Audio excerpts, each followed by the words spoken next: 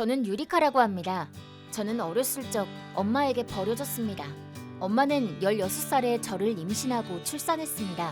하지만 아빠가 되었어야 할 남자는 저를 받아들이지 않았고 어느새 엄마를 떠나 모습을 감추었다고 합니다.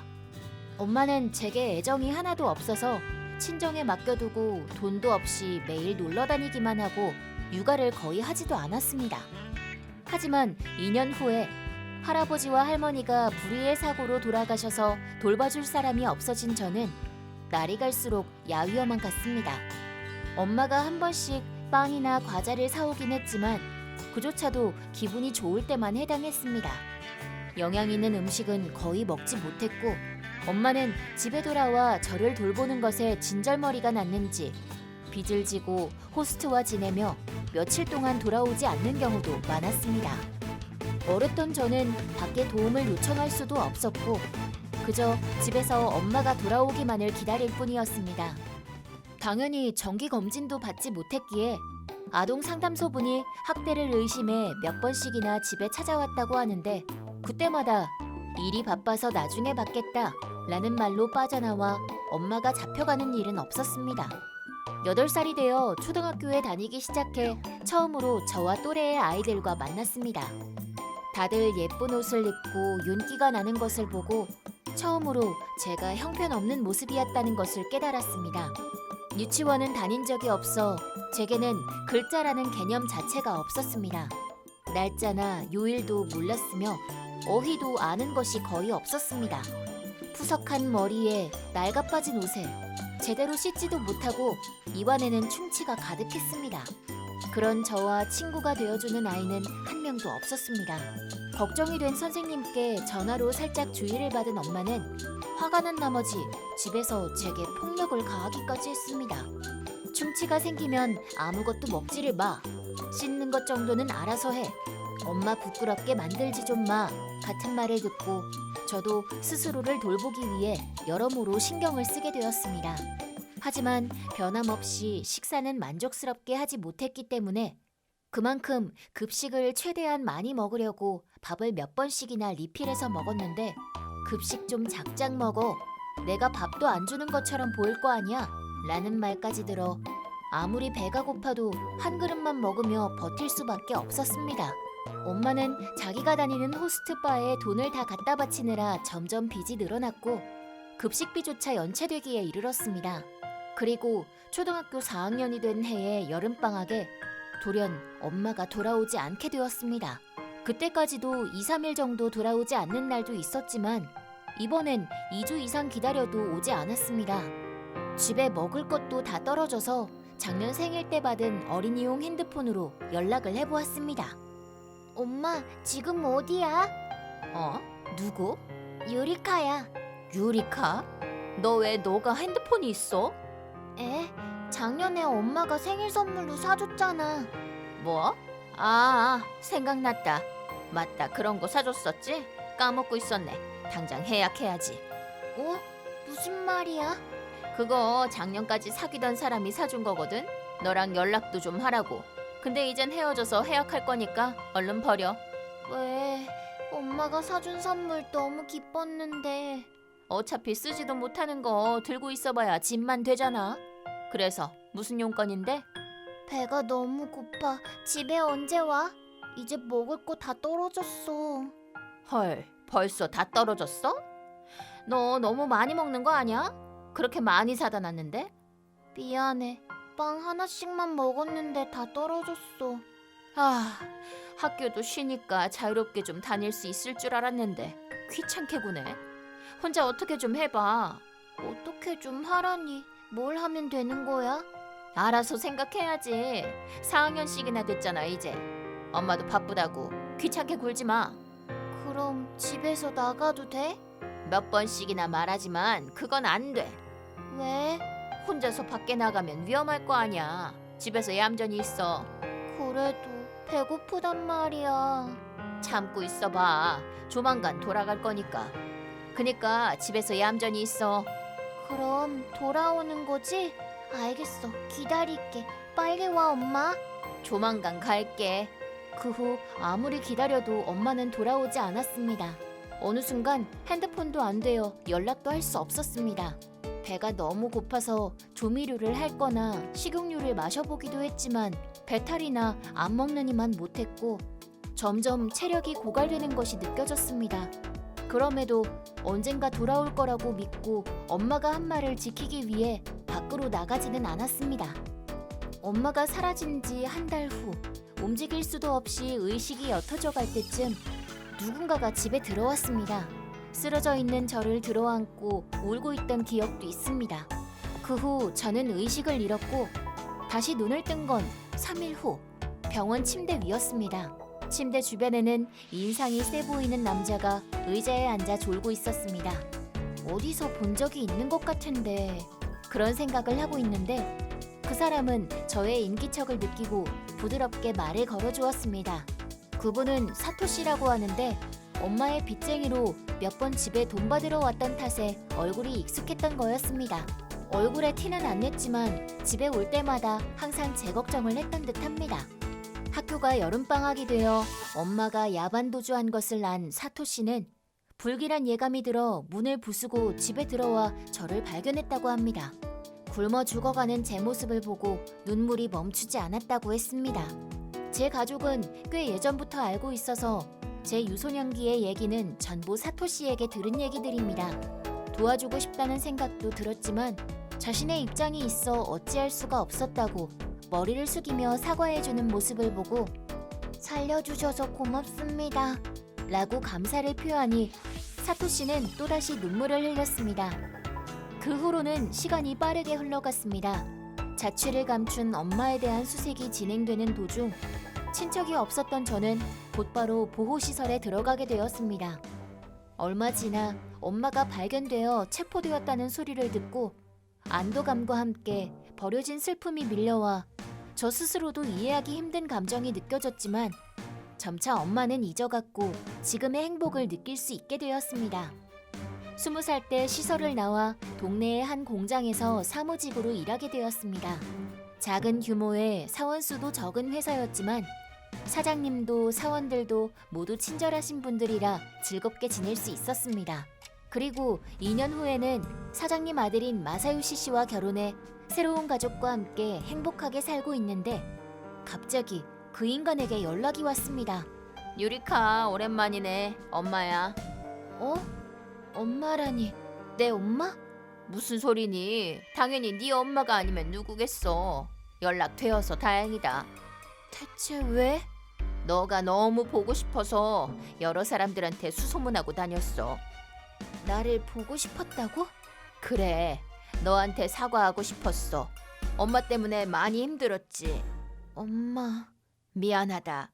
엄마 반성 많이 했어. 너를 돌보지 못했던 과거를. 이제 빚도 다 갚았어. 지금은 일도 하고 있고 호스트도 안 다녀. 그렇구나. 그러니까 엄마랑 다시 같이 안 살래? 뭐? 다시 한번 잘해보고 싶어. 아니 잠깐만, 그런 억지를 부리는 게 어딨어. 엄마 나 버리고 야반도주 했었잖아. 정말 미안해. 후회하고 있어. 게다가 난 결혼도 했고. 그건 알고 있어. 어? 사장 아들이랑 결혼했다며. 우리 딸 얘기는 다 들었지? 에? 잠깐만. 뱃속에 아기도 있지? 엄마의 도움이 필요하지 않겠니? 엄마가 된다는 건 힘든 거야. 그건 그렇긴 하겠지만 우리도 가족이잖아. 너에게 힘이 되어주고 싶어. 지금 내가 사는 집도 시아버지 명의란 말이야. 나 혼자서 정할 수는 없어. 그럼 그 가족들 좀 설득시켜 줄래? 엄마가 온다고 말하면 분명 받아줄 거야. 알겠어. 상담해 볼게. 고마워. 정말 고마워, 유리카.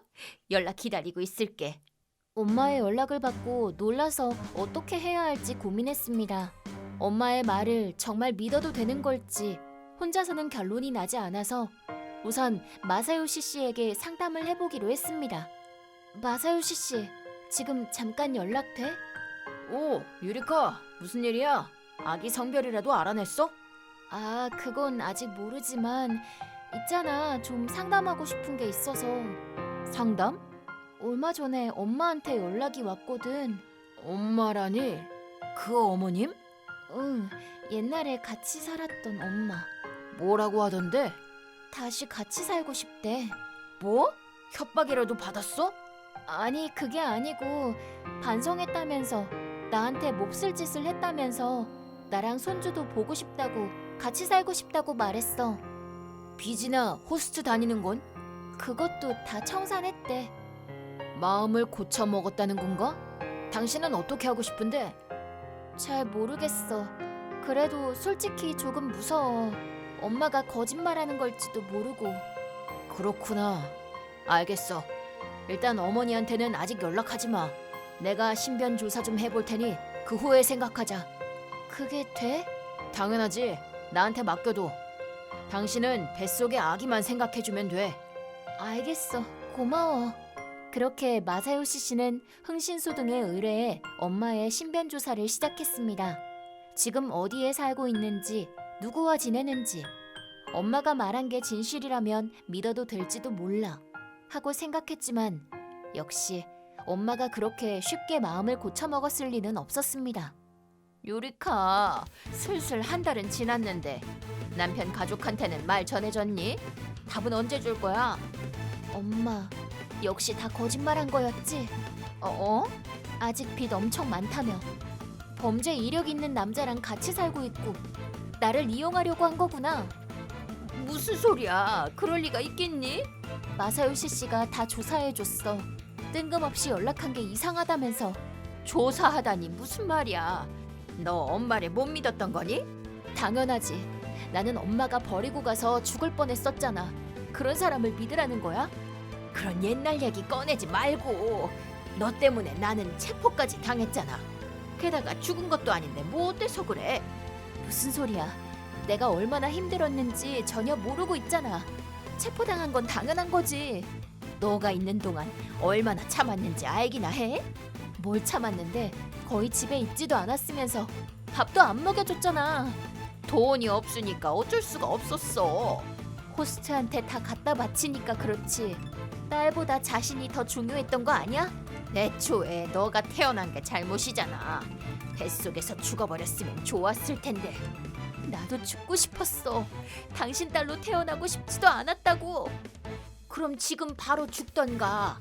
너도 살아있어 봐야 아무 도움도 안 되니까. 뱃속에 있는 애도 분명 도움 안 되는 쓰레기일 거라서 낳아봐야 소용없어. 당신이랑 비교하지 마.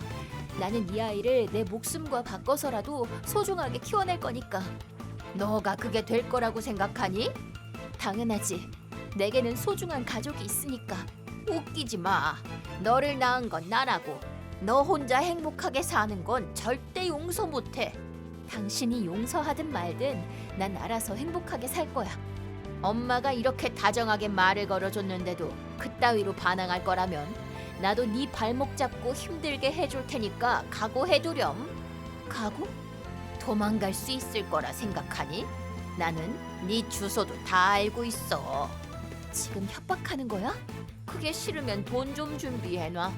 사장 아들이랑 결혼한 거면 돈은 많을 거 아니야. 역시 처음부터 그게 목적이었구나. 일단 1,000만 엔만 줘봐. 일주일 후에 부탁해. 싫어.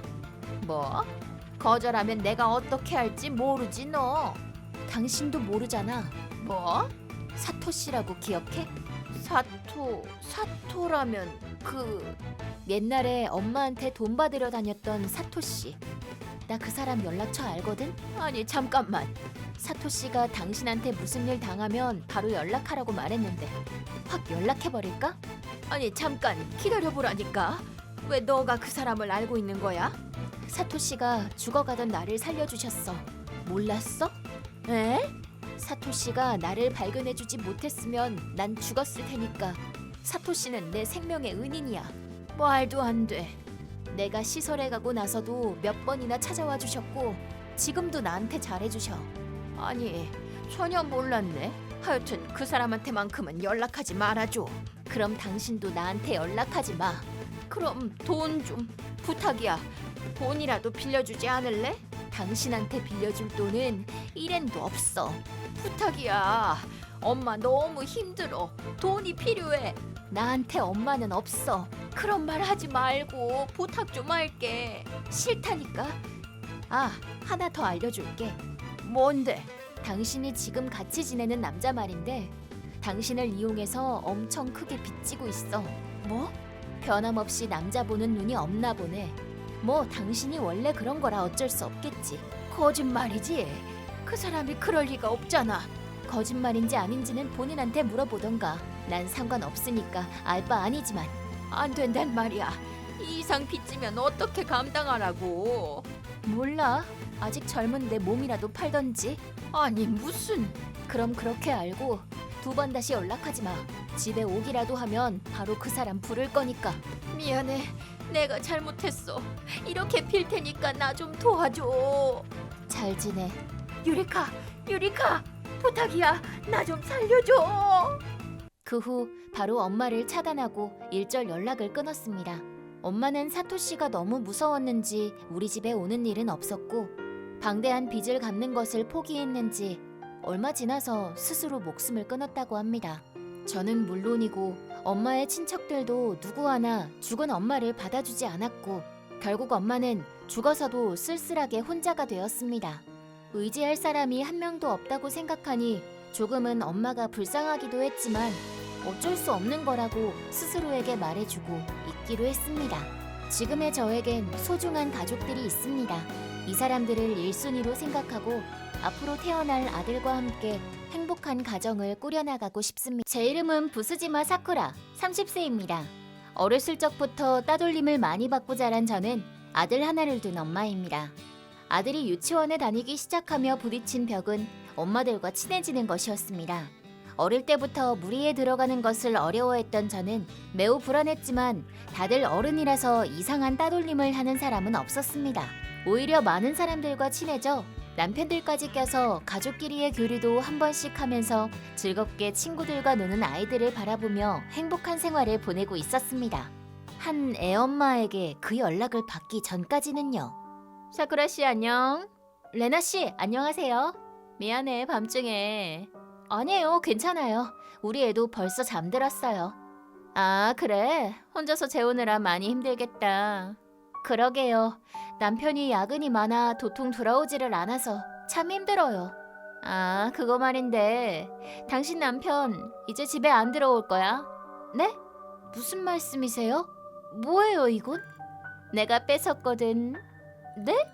얼마 전에 다들 모여서 캠핑 갔잖아. 그때부터 멋지다고 생각했거든. 혼자서 불도 피우고 밥도 척척 짓고 말이야. 대체 무슨 말씀을 하시는 거예요? 아 진짜 둔한 타입이구나. 그니까 불륜당하는 거 아니야. 불륜하고 계세요? 제 남편이랑? 당신이랑 이혼하고 나랑 같이 살고 싶다더라. 아들은 당신한테 줄 테니까 그 사람이랑 헤어져 줄래? 무슨 거래하듯 말씀하지 마시고요. 애초에 왜 소라오도 아니고 레나 씨가 연락을 하는 건데요? 그 사람이 사쿠라 씨가 무섭다 하더라고. 불쌍해라. 집에서 얼마나 시달렸으면. 쓸데없는 참견 마시고요. 그보다도 레나 씨 남편은 뭐라고 하는데요? 우리는 벌써 이혼 성립했지. 제 남편이랑 결혼하기 위해서요? 있잖아. 아직 법적으로는 당신 남편일지도 모르겠지만 이미 마음은 내 남자 다 됐으니까 그 우리 남편이라는 말 좀 자제해 줄래? 기분 나쁘거든. 저도 토할 것 같거든요. 싱글맘이 토하면 어떡해. 자기가 토하고 자기가 치우겠네. 사람 바보 취급하는 것도 적당히 하세요. 그래? 너무 웃겼다. 혹시라도 정말로 이혼하게 되면 위자료 청구할 거예요. 당연하지. 나는 남편이랑 재산 분할한 덕에 돈은 넉넉하니까 달라면 돈은 줄 테니 꼭 그 사람 자유로울 수 있게 좀 놔줘. 그날 남편은 정말로 돌아오지 않았습니다. 연락을 아무리 해보아도 한 번에 대답해주지도 않았고 겨우 연락이 왔나 싶었더니 그렇게 됐어. 이혼 잘 부탁해. 짐은 부모님 집으로 붙여줘. 웃기는 소리 하지 마. 평소부터 생각 없이 사는 놈인 건 알고 있었지만 설마 이 정도로 머리가 텅 빈 피망이었다니. 됐어 이제. 될 대로 되라지. 화에 휩쓸려 그 인간 짐을 전부 분리수거해버렸습니다. 이차. 다음날 어떤 낯짝을 하고 아이를 데려올지 기대하고 있었는데 레나 씨와 딸이 함께 오는 일은 없었습니다. 얘기를 듣자 하니 레나 씨는 이혼한 타이밍과 함께 친권을 포기했기 때문에 남편분이 딸을 데리고 멀리 떨어진 친가로 가느라 급히 어린이집을 그만두었다고 합니다. 불륜 상대와 함께 살기 위해 친자식까지 버리다니. 집에 돌아오니 우편함에는 이혼 서류가 들어있었습니다. 원래는 마주보고 대화를 나눠 양육비나 아빠와 아들의 면회 같은 걸 먼저 정해야지 라고 생각하실지도 모르겠지만 그때의 저는 냉정함을 유지할 수 없었고 바보 같은 남편이나 또라이 애엄마랑 두 번 다시 엮이고 싶지 않았고 아들도 엮이게 하고 싶지 않다는 생각이 커서 바로 이혼 서류에 사인하고 제출하여 제 짧았던 결혼 생활은 막을 내렸습니다. 그로부터 1년 후. 안녕. 네. 얼마 전에 봤어. 길에서 당신이 정장 입고 힘들게 일하는 모습을. 싱글맘 힘들겠다. 애까지 키우면서 생활비도 벌어야 하는 거잖아. 그러게요. 그래도 여자가 돈 버는 거 쉽지 않잖아. 커서 아들이 학비 때문에 고생 좀 하겠네. 고생은 사람을 성장시키거든요. 대단하다. 남편을 빼앗긴 여자의 말이라 설득력이 있네. 무슨 용건인데요? 지금 당신 남편이 너무 대충 사느라 양육비를 못 냈을 때를 대비해서 당신을 차단하지 않았을 뿐이지 저는 당신이랑 대화하고 싶지 않은데요. 아이고 미안해. 당신이 고생하는 모습을 보고 난 정말 복받았구나 싶어서 나도 모르게. 미안해. 나만 이렇게 행복해서. 그 이와는 지금도 매일 밤 아주 장난 아니야. 일 때문에 피곤할 텐데도 그건 참 튼실하단 말이지. 이제 그만하시죠. 저 바쁘거든요. 돈 벌어야 해서. 일하는데 방해해서 미안해. 푼돈 열심히 벌어. 이 시점에서 레나가 큰 착각을 하고 있다는 건 알고 있었습니다. 하지만 그걸 일부러 정정해주는 것도 귀찮아서 그냥 내버려 뒀습니다. 하지만 일주일 후에 아니 잠깐만. 또 뭔데요? 아까 함께 걷고 있던 정장 입은 존잘남은 누구야? 뭔가 되게 친해 보이던데? 직장 동료야? 남편이에요. 뭐? 뭘 그리 놀라요? 레나 씨도 재혼하셨잖아요. 거짓말 하지 마. 당신 같은 못생긴 노답 이혼녀가 그런 근사한 남자를 잡을 수 있을 리가 없잖아. 이게 참 신기하게도 둘을 이어준 건 저희 애였어요. 무슨 말이야? 실은 이혼한 후에 저도 충격을 받았던 시기가 있어서 꽤나 넉넉히 지냈거든요. 그러다가 쇼핑 중에 아들을 놓쳐버려서 그때 미아센터에 우리 애를 데려다 준 게 지금의 남편이에요. 아이를 좋아하는 사람이라 대화를 나누다 보니 몇 개월 후에 프로포즈를 받아서 결혼했어요. 헤어지고 몇 개월 만에 재혼? 당신 아이 생각도 좀 해. 충격받을 것 아니야. 제 남편과 결혼하려고 친자식까지 버린 인간한테 그런 말 듣고 싶지는 않은데요. 솔직히 지금 남편이 소라오보다도 훨씬 정이 가는걸요? 집에 있어도 핸드폰만 보던 그놈과는 다르게 지금 남편은 최대한 아이와 시간을 보내려고 하니까요. 당연하다면 당연한 거지만 그래도 당신이 일을 안 하면 먹고 살 수 없는 경제 상황인 거지? 아무리 외모가 좋아도 돈을 못 벌면 남자가 아니지. 그걸 다 설명을 해야 되는 거예요? 귀찮게? 뭐가? 내 말이 틀려? 제가 하고 있는 건 남편의 매니저 같은 일이에요. 매니저라니 그게 뭐야? 남편은 인기 작가거든요. 작가? 이번에 남편이 쓴 소설이 영화화되느라 바빠서 그이가 가사나 육아를 도와주는 만큼 제가 그를 보조하고 있어요. 얼마 전에 당신이 본 건 아마 편집 담당하시는 분이랑 미팅 후 돌아갈 때 아닌가 싶은데요. 아니 영화화라니 남편분 꽤나 부자인 거 아니야? 뭐 그렇죠. 그게 말이 돼? 때로는 현실이 소설보다 더 비현실적일 때도 있는 거죠. 뭐야 잘난 척하기는. 재밌어? 성격이 왜 그래? 아까부터 부메랑 장난 아니네요. 시끄러워. 아, 그러고 보니 궁금한데 소라오 새 직장은 정해졌어요? 뭐? 무슨 말이야? 엥? 설마 몰라요? 잠깐만, 새 직장?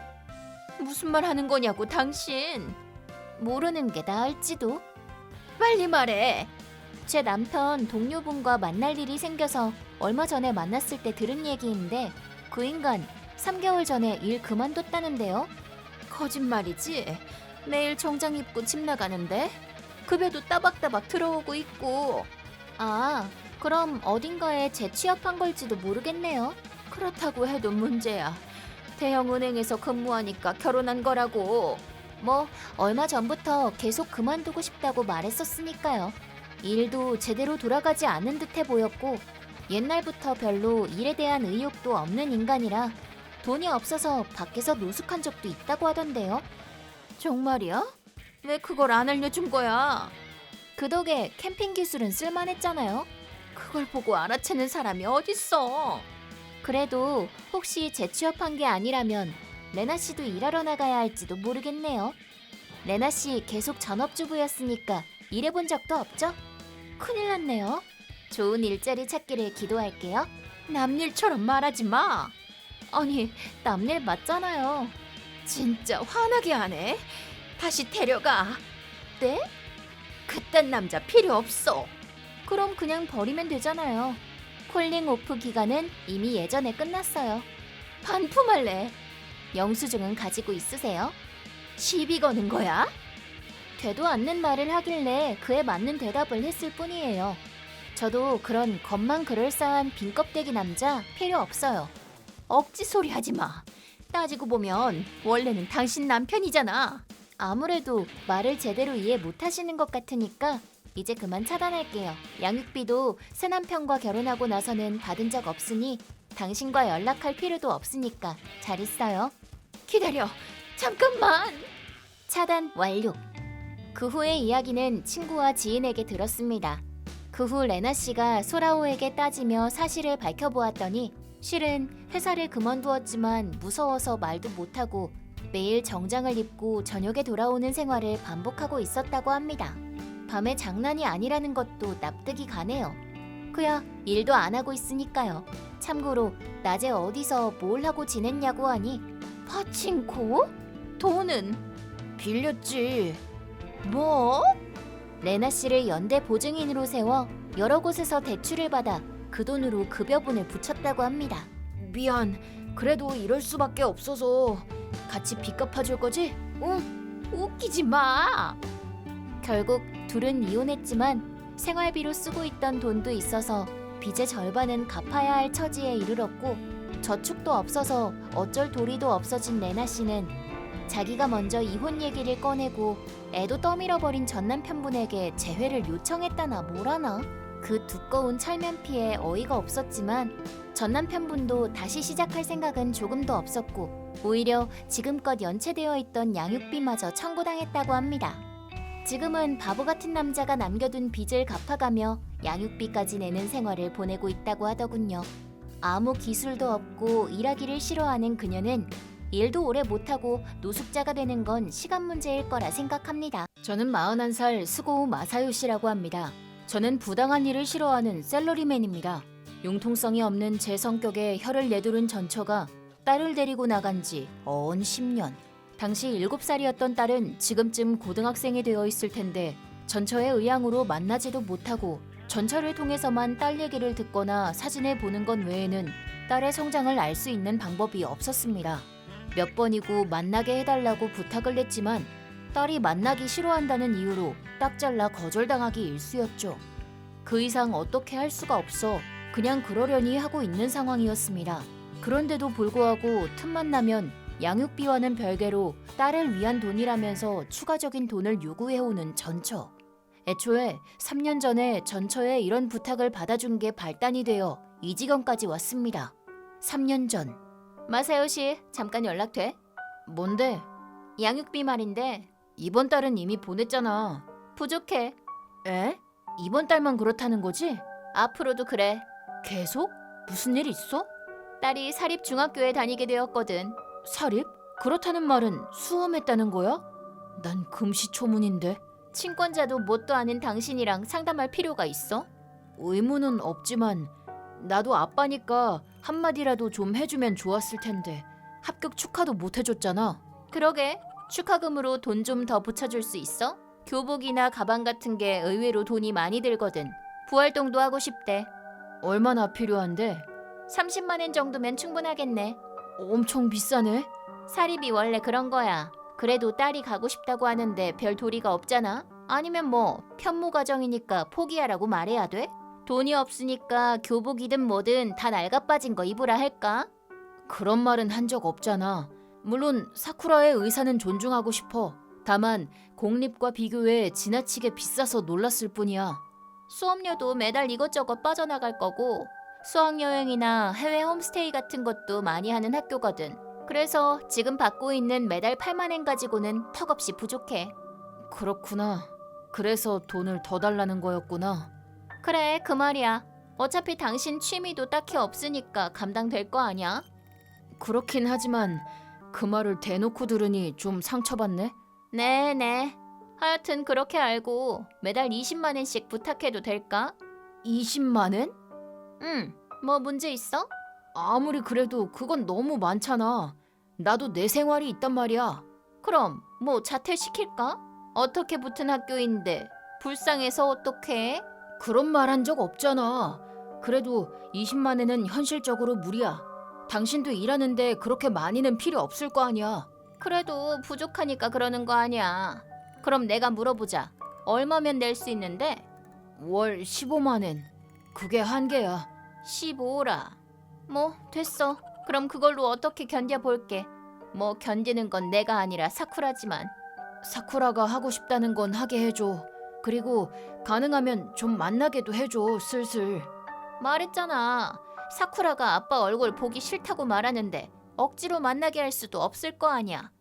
벌써 6년씩이나 못 만났잖아. 사쿠라도 이제 많이 컸을 거고 사쿠라가 먼저 만나고 싶다거나 그런 말은 안 해? 전혀. 아빠가 너무 싫대. 왜 그렇게 나를 싫어하는 건지.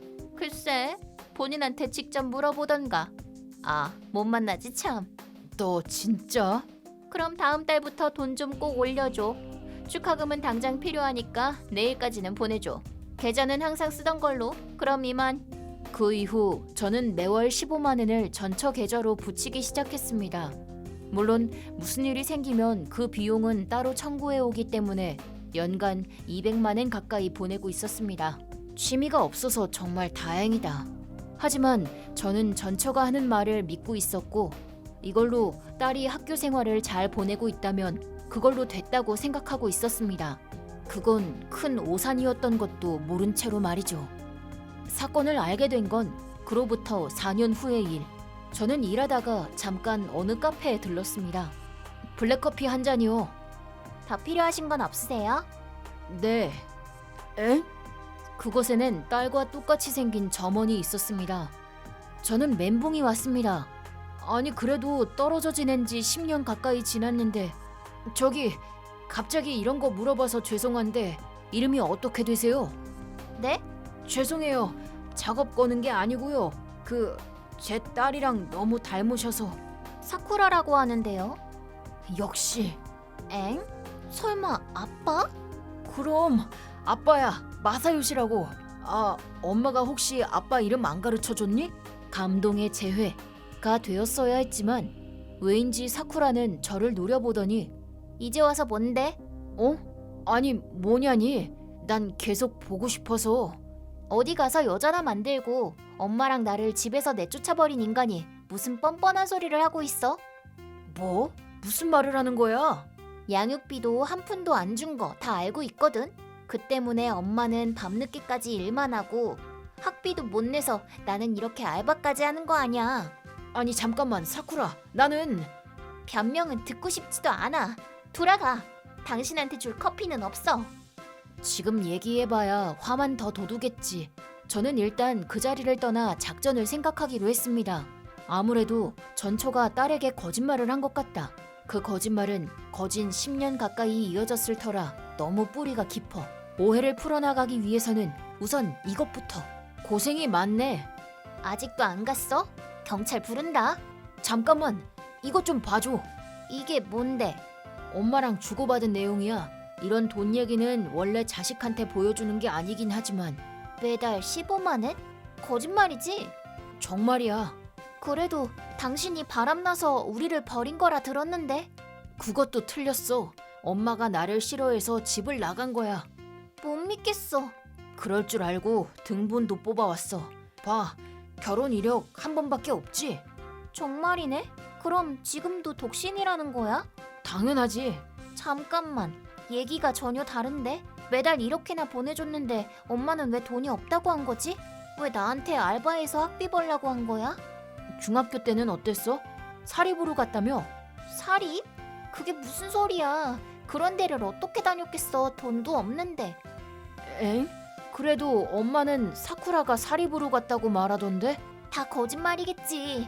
내가 엄마한테 가고 싶은 사립이 있다고 말을 꺼냈는데 아빠가 양육비도 안 주니까 그냥 참으라고만 했단 말이야. 그것조차도 거짓말이었다고? 사쿠라가 들려준 이야기는 제가 전처에게 들었던 것과는 완전히 딴판이었습니다.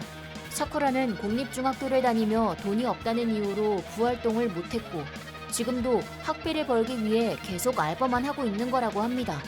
뭐야 이게? 아니 그럼 지금까지 전처에게 붙여온 양육비는 어떻게 된 거지?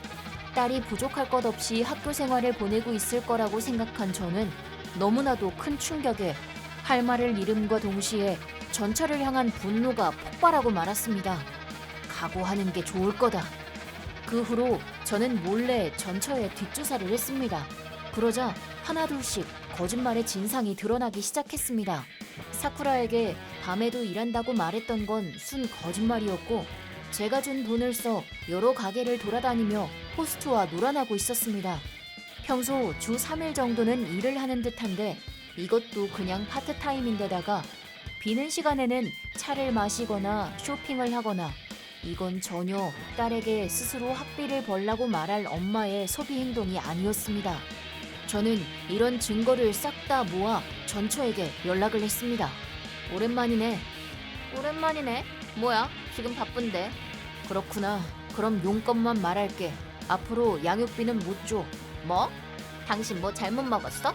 그렇게 되면 사쿠라는 학교도 못 다니잖아.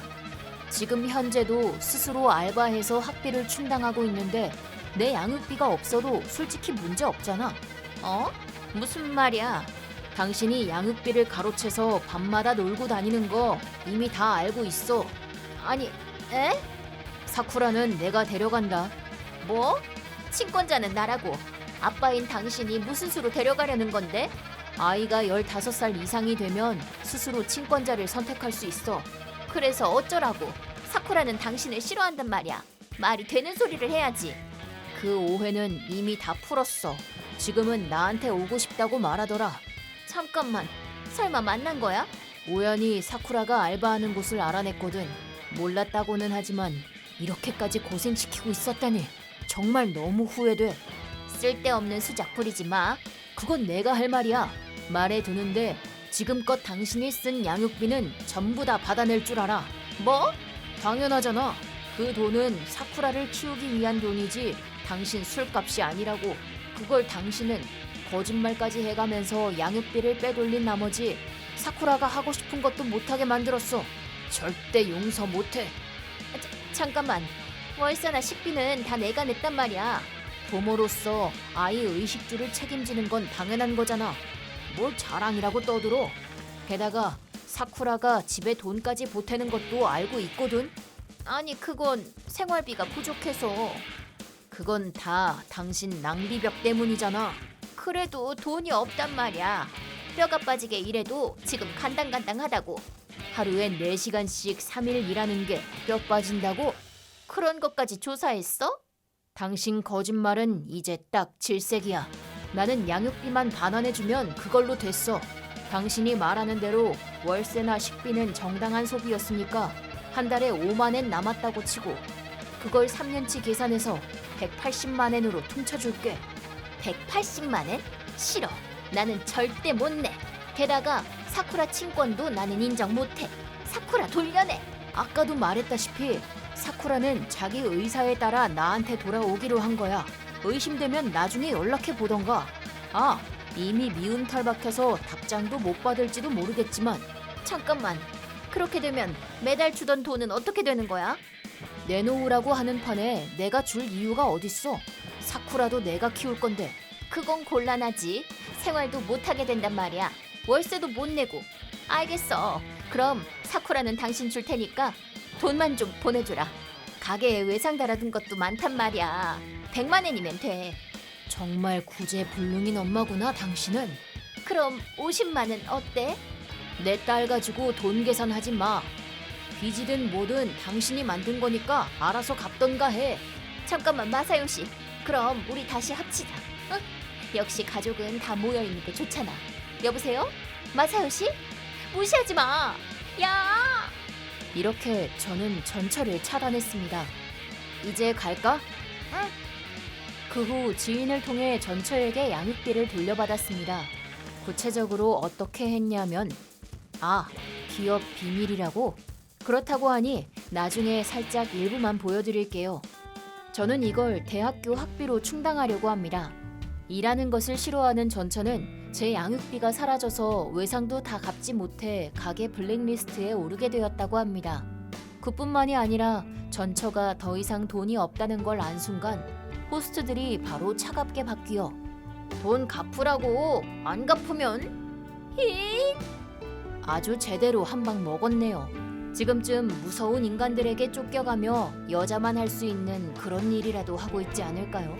하지만 이건 전부 다 제 귀여운 딸을 힘들게 해온 것에 대한 벌입니다. 사쿠라는 지금 알바를 그만두고 항상 들어가고 싶어하던 부활동에도 들어가 즐거운 학교 생활을 보내고 있습니다. 잃어버린 시간을 되돌릴 수는 없지만 앞으로 함께 지내는 동안 딸에게 최대한 행복한 생활을 선물해 줄 수 있도록 아빠로서 최선을 다하려고 합니다. 악은 절대로 용서 못하는 스고우 마사요시의 이름을 걸고 말이죠. 내 이름은 니시카도 타쿠마. 나이는 15살이고 중3이다. 엄마 요코와 아빠 테츠야. 그리고 내년에 초등학생이 되는 여동생 유리와 함께 넷이서 살고 있다. 동생은 6살이지만 누구나가 인정하는 꼬마 얼짱이다. 우리 가족은 모두 평범한 얼굴이므로 유전자의 기적이라 해도 과언이 아닐 정도다. 하지만 그 덕분에 부모님의 사랑을 동생이 모두 독차지하게 되었다. 예체능을 목표로 댄스, 노래 등 동생에게 다양한 수업을 받게 했다. 얼굴은 물론 성적도 평범해서 어디 하나 잘난 구석이 없던 나는 거의 방치 수준이었다. 밥이나 옷, 그 외의 용돈도 딱 필요한 만큼만 주셨다. 이건 단순히 동생에게 들어가는 돈이 많아서였다. 그리고 마지막 결정타는 중학교 졸업이 얼마 남지 않은 어느 날에 벌어졌다. 엄마 말 좀 들어봐. 왜요? 유리가 도쿄의 탤런트 스쿨에 붙었어. 3일 동안 집에 안 들어오더니 도쿄 간 거였구나. 응, 오늘을 위해서. 돈 낸다고 아무나 다닐 수 있는 곳이 아니야. 오디션에서 합격한 사람만 갈 수 있어. 연예 기획사가 운영하는 스쿨이거든. 그렇구나. 잘 됐네요. 잠깐만. 거길 다닌다는 건 거기로 이사한다는 거예요? 응, 당연하지. 아빠도 여기서 재취업하기로 하셨어. 잠깐만요. 난 이미 이 동네 고등학교에 붙었는데요. 아직 너 데려가겠다는 말 안 했어. 뭐요? 탤런트 스쿨 다니려면 돈도 많이 들고 도쿄에서 우리 가족이 살만한 집을 구할 돈도 없어. 그럼 난 어쩌라고요? 이제 독립해서 살아라. 의무교육은 중학교까지니까 그 다음부턴 스스로 해결하도록. 즉, 이제 나를 키울 마음이 없다는 거네요? 뭐 그런 셈이지. 너까지 키울 정도로 여유가 없거든. 아빠도 같은 생각이세요? 당연하지. 알겠어요. 우린 4월부터 도쿄에서 살 거야. 그니까 앞으로 어떻게 살지는 미리 생각해둬라. 이렇게 간단히도 나는 부모에게 버림을 받게 되었다. 어쩔 수 없이 고등학교 입학은 포기해야만 했다. 다행히도 나와 비슷하게 중졸로 일하고 있는 선배가 있었고 그 선배의 소개로 건설 현장에서 일을 시작할 수 있었다. 집도 선배가 부모님께 허락을 받고 같이 살 수 있도록 해줬다. 참고로 선배의 부모님은 우리 부모님의 이야기를 듣고 깜짝 놀라신 듯 했다. 그럴 수밖에 없지. 그 후 시간이 흘러 나는 20살이 되었다. 일도 열심히 하고 관련 자격증도 여러 개 따서 그만큼 돈도 더 많이 받고 있다. 스스로 집도 빌리고 순조로운 생활을 하고 있던 어느 날 저녁 뜻밖의 사람에게서 연락이 왔다. 오랜만이에요. 혹시 절 기억하시나요? 요리라면 내 동생? 네. 잠깐만, 내 번호 어떻게 알았어? 엄마 몰래 엄마 핸드폰을 보고 알게 됐어요. 내 번호 아직 안 지우셨구나. 근데 갑자기 무슨 일이야? 오빠 집에 놀러 가보고 싶어서요. 우리 집? 왜? 동생이니까요. 안 돼요? 우린 평범한 가족이 아니니까. 아빠랑 엄마는 알고 계셔? 네. 거짓말하면 안 돼, 유리. 부모님이 오빠 집에 가는 걸 허락해 줄 리가 없잖아. 사실 아무 말도 없이 나왔어요. 그치? 잠깐만, 나왔다는 건 설마 이미 우리 집 근처에 있다는 거야? 네, 전철을 바꿔 타면서 왔어요. 엄청 멀더라고요. 진짜야? 진짜예요. 벌써 6학년인걸요. 벌써 그렇게 컸구나. 그것보다 지금 어디니? 역 앞이에요. 오빠 집은 어디예요? 일단 그쪽으로 갈 테니까 거기서 기다려. 그 후 역 앞에 가보자. 그곳엔 정말 동생이 홀로 서 있었다. 5년 만이었다. 어떻게든 집에 돌려보내려고 했지만 동생은 완고하게 싫다고 했다. 제발 자기 이야기 좀 들어달라며 호소하는 동생을 보고 나는 예산일이 아님을 알 수 있었다. 일단 우리 집으로 데려와 이야기를 들어보기로 했다. 대체 왜 나를 만나러 온 건지가 제일 궁금했다. 그 후 동생의 이야기를 들은 나는 고민에 빠졌다. 내 생각보다 일이 더 심각한 것 같았다. 동생에게 이야기를 듣고 있는데 이번엔 엄마에게 연락이 왔다. 무려 5년 만에. 유리 거기 갔지? 엄마한테 오랜만에 연락이 오니 좋네요. 웃기지 마. 유리는? 진정하세요. 그것보다 어떻게 하신 거예요? GPS로 알았어. 너 지금 이게 무슨 짓이니? 이게 왜 제 탓이에요? 유리가 제 발로 온 거예요. 뭐? 우리 유리가 왜 너 같은 걸 만나러 가겠어? 나라도 도망쳤을 것 같은데요. 유리가 평소 어떤 생활을 하는지 다 들었어요. 진짜 당황스럽네요. 뭐라는 거야? 평일엔 학교 끝나고 곧바로 밤까지 레슨, 주말엔 오디션이나 촬영으로 하루를 다 보내고 틈틈이 학교 숙제에 예습까지.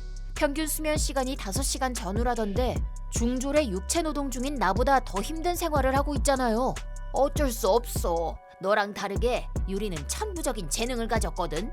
그 재능을 꽃피우기 위해서는 일반 아이들의 생활로는 부족하다고. 어쩔 수 없다니 너무 무책임한 거 아니에요? 이러쿵저러쿵 말할 시간 없다. 지금 데리러 갈게. 지금 와서 뭘 어쩌시게요? 여기 도착할 때쯤엔 막차도 끊겨 있을 텐데 일단 오늘은 여기서 재울게요. 그리고 내일 아침 돌려보낼게요. 알았어. 그럼 오늘은 그렇게 하는데 혹시 무슨 일 나면 가만 안 둬? 알았어요.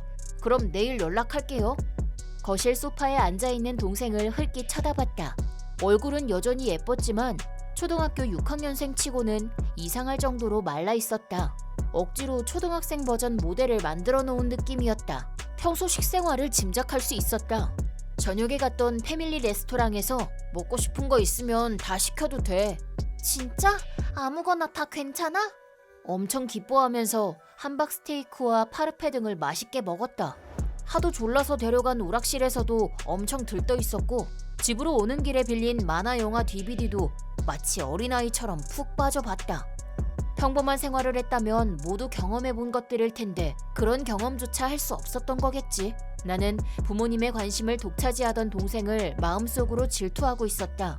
하지만 지금 동생의 모습을 보니 차라리 나처럼 사는 게 더 낫다는 생각마저 들었다.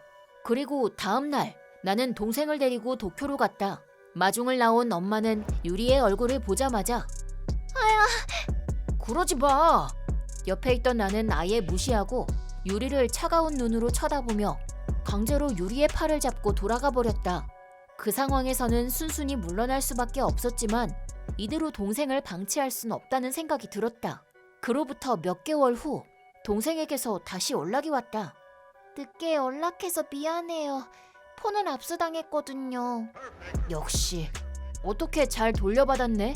그동안 부모님이 시키는 대로 열심히 했거든요. 역시 그것보다 부모님이 내 연락처 안 지웠네. 사실 지우셨는데 오빠 번호 기억하고 있었어요.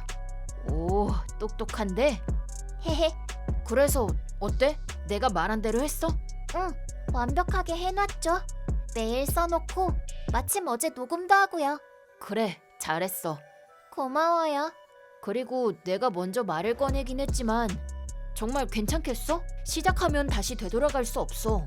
솔직히 살짝 겁나는데 그치만 지금 생활보다는 나아질 거라고 생각해요. 그래, 확실히 그건 그렇네. 그쵸. 그럼 내일 그쪽으로 갈게. 빠져나올 수 있겠어? 저만 믿으세요. 그리고 다음 날 나는 도쿄로 갔다. 하굣길에 부모님의 감시에서 재빨리 벗어나 유리도 내 쪽으로 왔다. 사실 이전에 우리 집에 왔을 때 이미 유리와 이렇게 하기로 약속했었다. 그 막장 부모를 참교육해주기 위해 유리와 함께 여러 가지 준비를 하고 있는데 엄마에게 연락이 왔다. 좋은 말로 할 때 말 들어. 유리는 어디 있니? GPS로 찾아보세요. 반응이 없어. 그렇겠죠. 제가 발로 밟아서 다 부셔놨으니까. 역시 네 짓이구나. 용서할 수 없다. 경찰에 유괴로 널 신고하겠어. 엄밀히 따지면 경찰서에 잡혀가야 할 사람들은 당신들인데. 뭐? 지금 대체 무슨 말을 하는 거야? 지금 어디에 있는 줄 아세요? 바로 아동상담소예요. 그니까 그게 무슨 말이냐고. 최근 몇 개월간 유리는 쭉 일기를 쓰고 있었어. 당신들한테 어떤 학대를 당해왔는지 상세히 적은 일기를. 학대? 그런 적 없어. 뭐 그런 적 없다고 하겠지만. 그리고 어제 유리를 혼낸 모양이던데 오디션에서 떨어진 벌로 3일 동안 물만 주겠다니 제정신이야? 그 정도는 당연히 해야지. 그걸 당연하다는 듯이 말하다니. 아무튼 그때 상황은 유리가 확실히 녹음해뒀어. 유리가 그런 것까지 했다고? 유리는 그날 부모님에게 벗어나려면 어떻게 해야 하는지 나한테 물었었어. 그래서 증거를 모으라고 일단 돌려보낸 거야. 모르면 가만히 있어. 그건 나만의 가정교육이야. 당신들한테 그건 가정교육이었겠지만 안타깝게도 그걸 판단하는 건 사법부야. 제발 부탁해. 그 아이를 돌려줘. 내가 뺏은 것처럼 말하지 마. 나랑 사정은 달라도 스스로 도망쳐 나온 거니까. 이렇게 서로 옥신각신하긴 했지만 결국 유리의 주장이 인정되었다. 내가 16살이 되기도 전에 버려진 사실도 상당한 도움이 됐다. 결국 두 사람은 아동학대로 체포되었다. 육체적인 폭력만 없었지 정신적인 폭력과 충분한 식사를 제공하지 않은 것이 악질적이라고 판단되었다. 유리는 잠시 시설에 맡겨졌지만 내가 이런저런 수속을 받고 다시 데려올 수 있었다. 우리 남매는 지금 정말 평화롭고 행복하게 지내고 있다. 내 이름은 토모카. 나이는 22살이고 대학교 4학년이다. 내게는 호노카라고 하는 쌍둥이 동생이 있다. 쌍둥이라서 얼굴과 몸집은 똑같지만 성격은 정반대다. 주변에서 나는 말수가 적고 표정 변화도 거의 없다고 하지만 호노카는 밝고 사교적이며 애교를 잘 부리는 성격이다. 상당히 이기적인 성격이지만 그 성격마저도 커버되는 타입의 아이다. 그 덕분에 나보단 호노카가 주변 사람들에게 인기가 많았다. 다른 사람들만 그러면 상관없는데 문제는 부모님이었다. 엄마 아빠 모두 애교 있는 호노카를 더 좋아했고 나에겐 신경을 써주지 않았다. 호노카는 이 점을 이용해 더 이기적으로 변해갔다. 예를 들어 이전의 일도 저기 토모카, 책상 위에 있던 팔찌 너 거야? 또 마음대로 내 방에 들어왔구나. 내 건데 왜? 너무 예뻐서. 토모카가 이런 걸 왜 갖고 있는데? 친구가 생일 선물로 준 거야. 토모카한테도 친구가 있구나. 있지 그럼. 그렇구나. 어쩐지 토모카 치고 꽤 센스 있는 걸 샀네 싶더라고. 하긴 내 센스가 없긴 하지. 나 이제 친구들이랑 술 마시러 갈 건데 좀 빌려주라. 싫어. 아니 왜? 너한테 물건 빌려주고 돌려받은 적이 한 번도 없으니까. 이건 친구한테 받은 선물이야. 그니까 안 돼.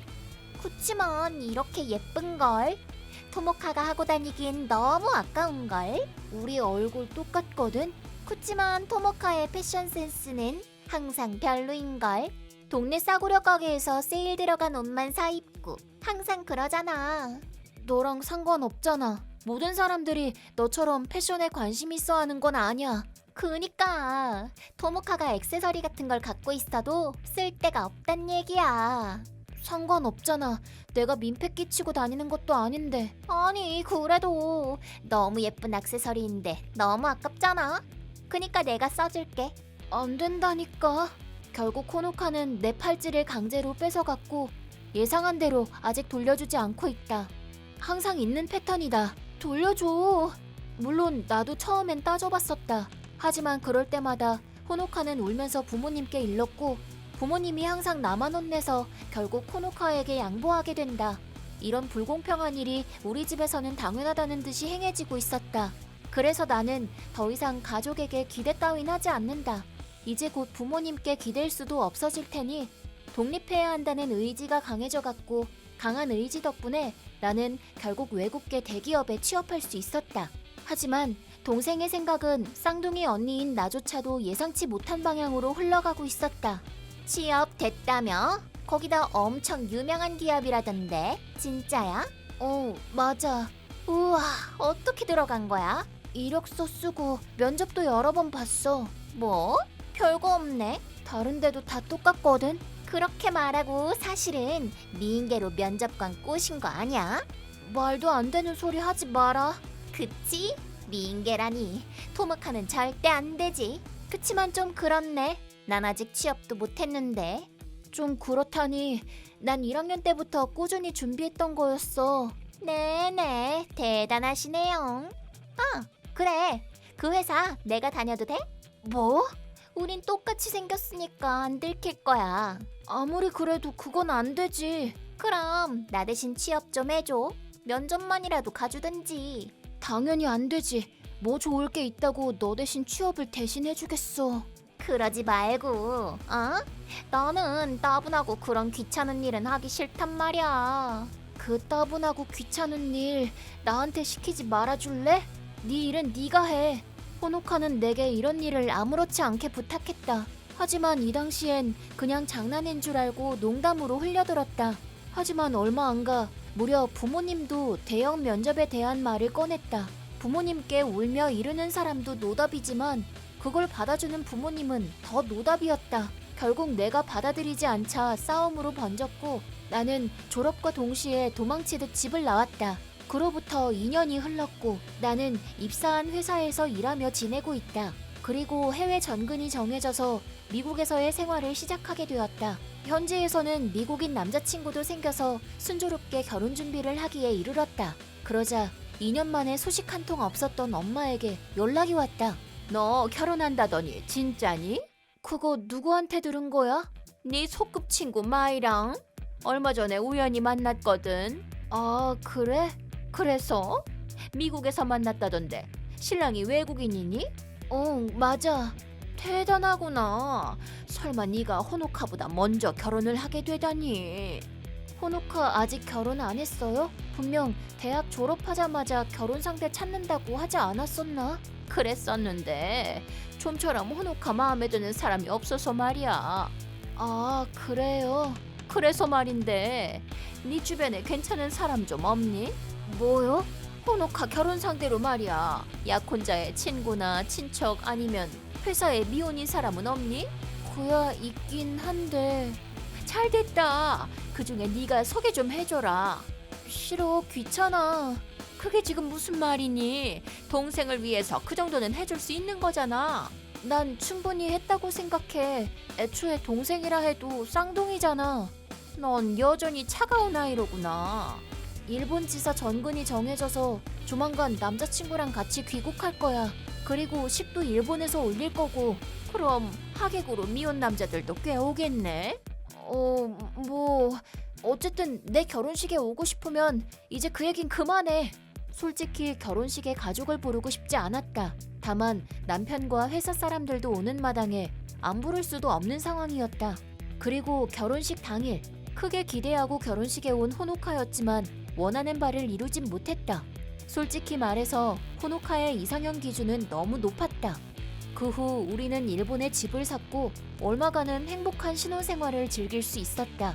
하지만 어느 날 회사에서 야근을 하고 있는데 남편에게서 연락이 왔다. 그날 남편은 일이 없어서 집에서 쉬고 있었는데 남편에게서 황당한 연락을 받은 것이다. 나는 이 소란을 피운 장본인 호노카에게 곧바로 연락을 했다. 너 지금 제정신이야? 아니, 살짝 장난친 것뿐이야. 이게 장난이었다고 넘어갈 문제야? 다른 것도 아니고 나인 척해서 형부를 꼬셔내려고 하다니. 양복을 입으면 모를 거라고 생각했는데 말이지. 외국인들은 일본인 얼굴만 보고는 누가 누군지 구별을 잘 못한대. 아니, 그 정도는 딱 보면 알지. 대체 왜 그런 미친 짓을 한 거야? 그니까 그냥 장난이라니까. 현관문 열자마자 형부한테 달려들어서 키스하고 그대로 침실로 끌고 가려고 했다면서. 이게 그냥 장난이라니 말이 돼? 그치만 키스하자마자 알아채던데. 다시 생각해보니 토모카는 평소에 그런 행동은 잘 안 할 것 같더라고. 형부가 바로 날 밀쳐내서 팔을 다쳐버렸지 뭐야. 설령 남편이 속아서 마지막까지 갔다고 쳐. 그 후엔 어쩔 셈이었어? 당연한 얘기지만 난 오늘도 집에 들어갈 예정이었다고. 그치만 너무 비겁하잖아.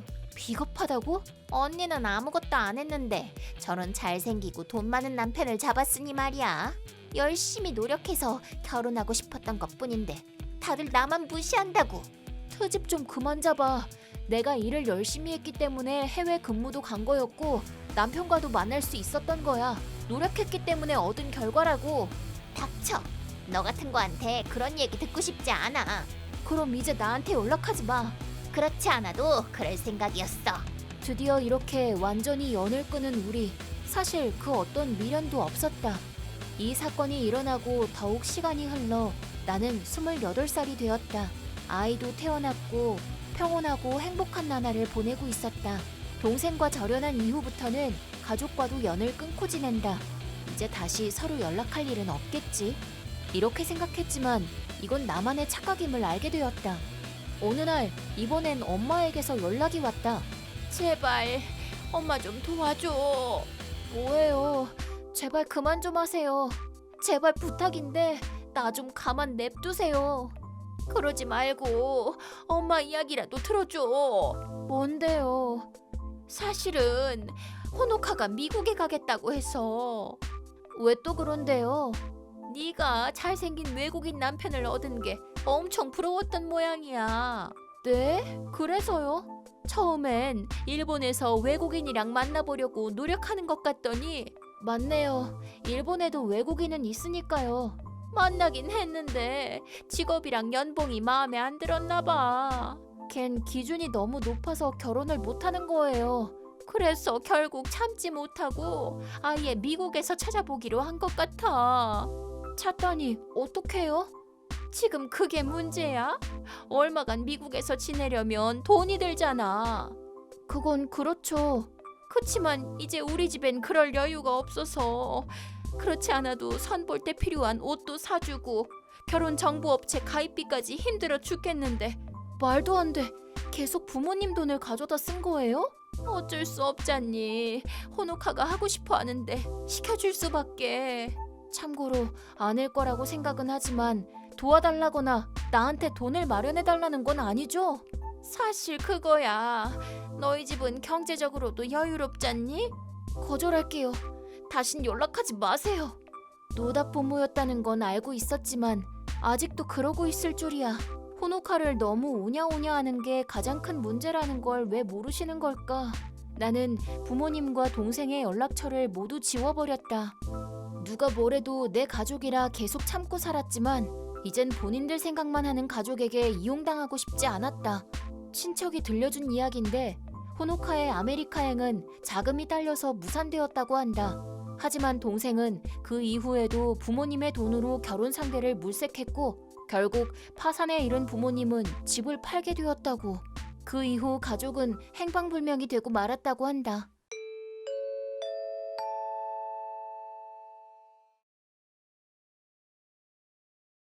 저는 불의를 참지 못하는 회사원 스가오 마사요시. 나이는 24살입니다.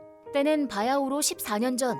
엄마는 외간 남자와 바람이 나서 집을 나갔습니다. 게다가 아빠 명의로 빌린 돈 300만 엔까지 모두 챙겨서 말이죠. 엄마를 믿고 있던 아빠는 그 일로 마음의 병을 얻었고 점차 몸까지 쇠약해져 갔습니다. 하지만 갚아야 할 빚도 있었고 무엇보다도 앞으로 고등학교, 대학교 진학으로 돈이 필요했던 나를 위해서 아빠는 몸을 혹사해가며 일하셨습니다. 그 결과 빚을 모두 갚을 수 있었고 저도 스스로 알바를 하며 대학까지 나올 수 있었죠. 하지만 스가오, 지금 바로 병원으로 가봐. 아버님이 쓰러지셨대. 네? 서둘러 병원에 달려갔지만 아빠는 이미 심근경색입니다. 이런... 아빠... 지금까지 계속 몸을 혹사해온 것이 명백한 원인이었습니다. 내가 회사에 입사하자마자 억지로라도 아빠 일을 관두게 했더라면 어쩌면 젠장! 친척들과의 왕래도 거의 없었던 탓에 상주는 제가 맡게 되었습니다. 내키지는 않았지만 마지막이니까 그렇게 생각하고 저는 오랜만에 한 사람에게 연락을 했습니다. 엄마, 오랜만이야. 뭐야, 누구야? 아들 전화번호도 지운 거야? 아, 마사요 씨? 설마 너한테서 연락이 올 줄은 몰랐지? 아빠가 돌아가셨어. 뭐? 그게 진짜야? 심근경색으로 병원에 옮겨졌을 때는 이미 장례식 할 거니까 엄마도 마지막으로 한번 만나러 와줘. 아빤 재혼도 안 하고 계속 엄마가 돌아오기만 기다렸었어. 뭐? 왜? 왜라니? 전 남편과의 마지막 순간이잖아. 내가 가면 얻는 거라도 있냐? 얻는 거라니? 아, 설마 유산 중에 내 목도 있는 건가? 뭐? 내가 전부인이긴 하지만 아무튼 부인이었잖아. 아빠가 저금해둔 돈도 있을 거 아니야? 난 집 같은 건 필요 없으니까 그 대신 현금으로 받고 싶은데. 내가 좋아하는 명품 브랜드에서 곧 신상 가방이 나온대서 아, 돈 없는데 이러고 있던 참이었어. 타이밍이 딱 맞네. 지금 장난해? 아빠는 아직 51살이었어. 이렇게 빨리 돌아가신 건 적어도 그런 식으로 아빠를 버리고 떠난 엄마한테도 책임이 있다고. 그런 주제에 타이밍이 어쩌고 저째? 아빠를 모욕하는 것도 정도 같아. 뭐야, 갑자기 정색하고. 돈 있으면 좀 달라고 말한 것뿐이잖아. 아빠를 버린 당신이 유산을 받을 권리 따윈 없어. 아, 그럼 그렇지. 그럼 장례식에 가봤자겠네. 이젠 너도 나이를 먹을 만큼 먹었잖아. 너도 알겠지만 난 너희 아빠한테 질릴 대로 질려서 나간 거였어.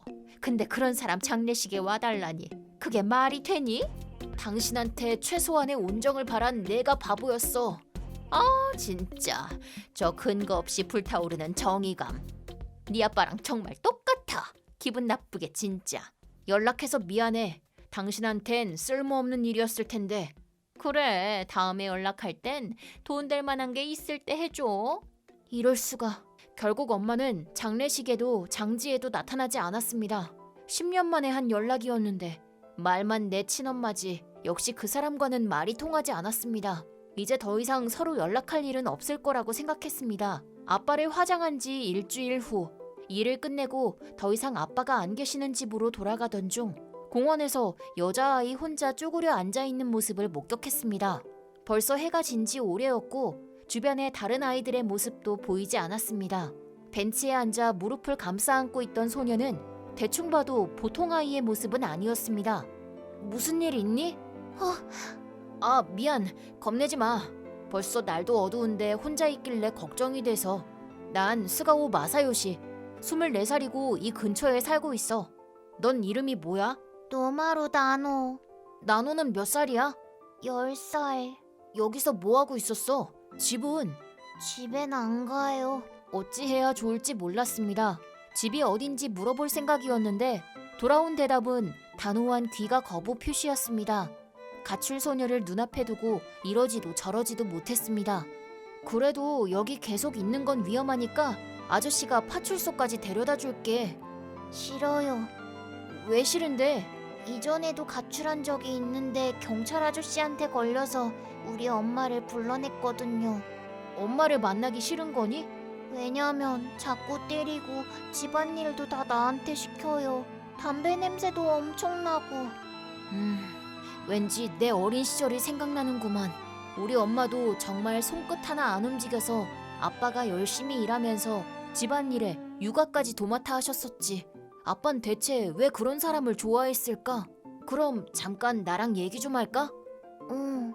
사실 우리 엄마도 집안일을 전혀 안 하던 사람이었어. 나랑 얼마 전 돌아가신 아빠랑 둘이서 열심히 했었지. 빨래도 했어요? 했지 그럼.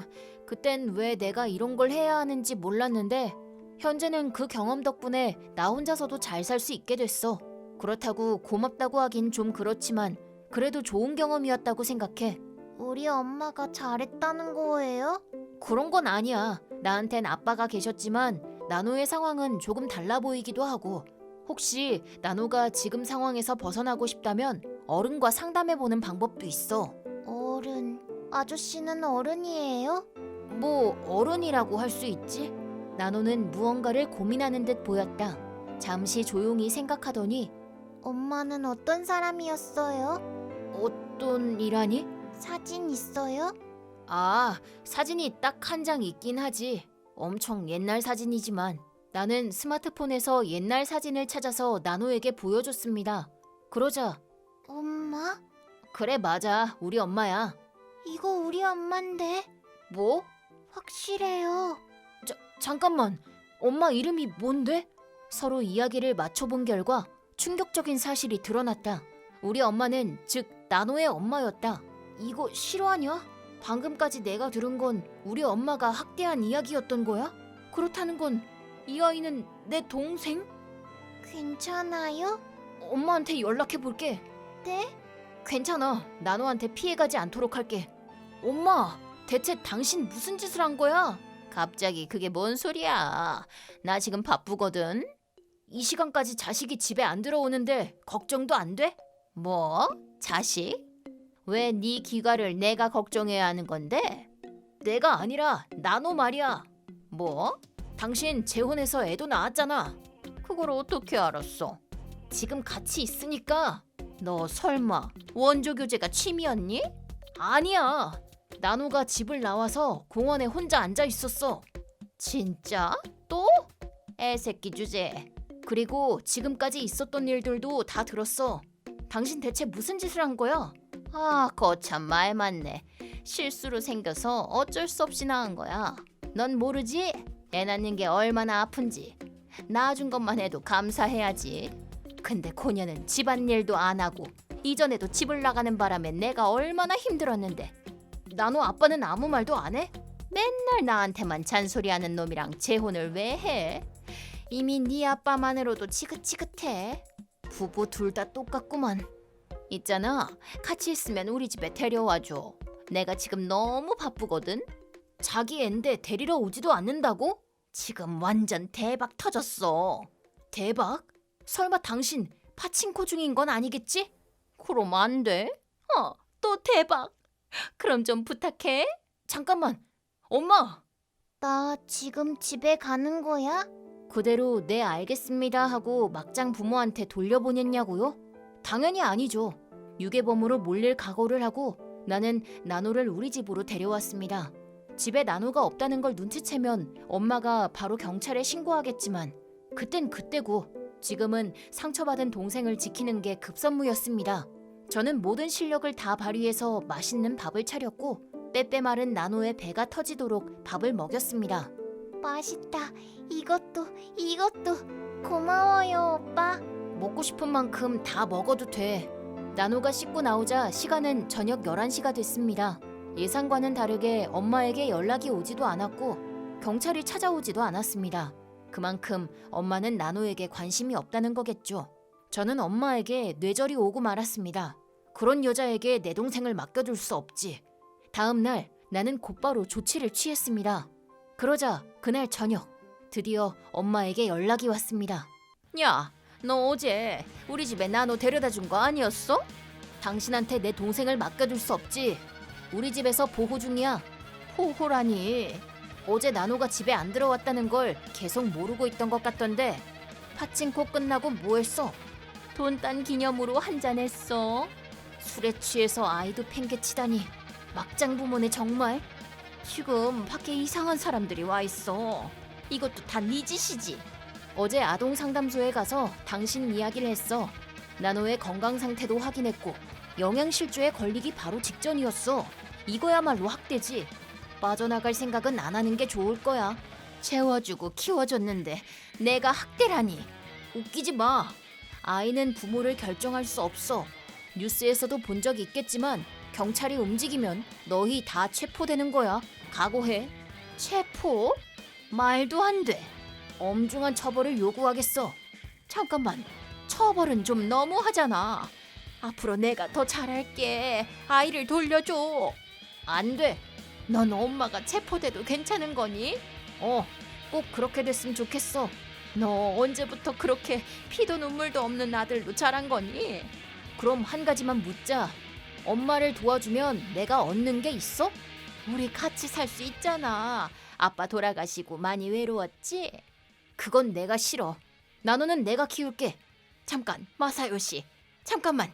야, 감옥은 가기 싫다고. 그 후 아동상담소와 경찰의 조사로 학대 사실이 밝혀져 엄마와 엄마의 현 남편은 체포되었습니다. 나노 몸에 남아있던 멍과 건강 상태, 그리고 나노의 증언이 결정적인 증거가 되어 실형 판결이 내려질 예정이라고 합니다. 저는 엄마에게 말한 대로 오빠로서 나노를 맡았고 지금은 돌아가신 아빠의 집에서 나노와 함께 생활하고 있습니다. 나노는 집안일을 야무지게 잘하는 아이였습니다. 솔직히 제가 더 나노의 도움을 받으며 살고 있지만 그럼에도 매일 웃음이 많아지고 토실토실해지는 나노를 보며 다행이란 생각을 하게 됐습니다. 앞으로는 우리 남매가 서로를 더욱 의지하며 살아가고 싶습니다.